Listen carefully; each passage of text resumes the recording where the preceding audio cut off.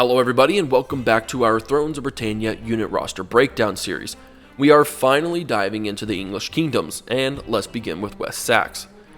Your two generals are both elite sword infantry, with your royal companion having the highest shield rating possible in Thrones, but severely lacking in armor, and your royal bodyguard excelling over the royal companions with a massive boost in armor while only losing a little bit of shield.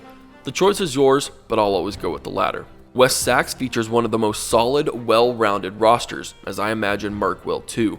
Their spearmen range from your typical Levy Curl and Feared spearmen with low morale and armor, but are insanely cheap to field, to the select Feared and Militia spears that have much higher armor, and on up to the Earl and Mailed spears, which see a large increase in melee attack, charge bonus, armor, and morale. West Seaxe's swordsmen actually have some very interesting units. For one, all of their units have the discipline trait, making them last longer when your general is dead, as well as coming back from routing more often. Their Seaxe and Mailed Seaxe swordsmen are unique in that they're swordsmen that have excellent armor-piercing damage, unusual in Thrones of Britannia. While not as much armor-piercing damage as your typical Axman, it's still a nice change to have a sword unit able to do so.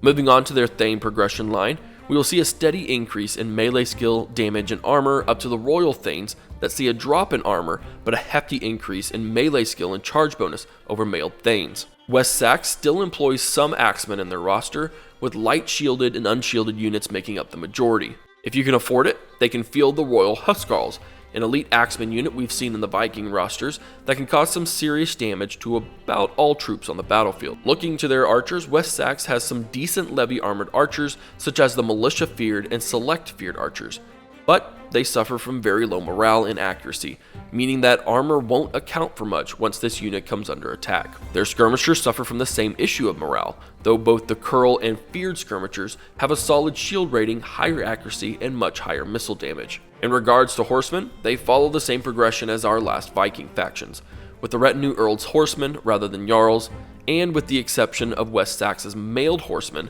that have one of the highest rated shields for horses in the game. While not the best cab, they'll still be a force to reckon with on the battlefield. As mentioned at the start of this video, West Seaxe has an extremely solid all-around roster, though it can be quite costly over other factions. You'll have to balance what you put on the field. If you want high-tier swords, you'll most likely field a lot of cheap spears.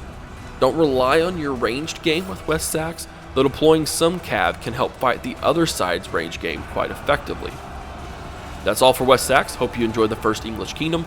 Let me know what you think of them on the battlefield and what your setup looks like in the comments section below.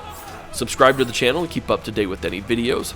If you would like, take a look at my Discord server and also take a look at my Patreon, as it's a way to help support the channel further. This is Havoc, and I'm out of here.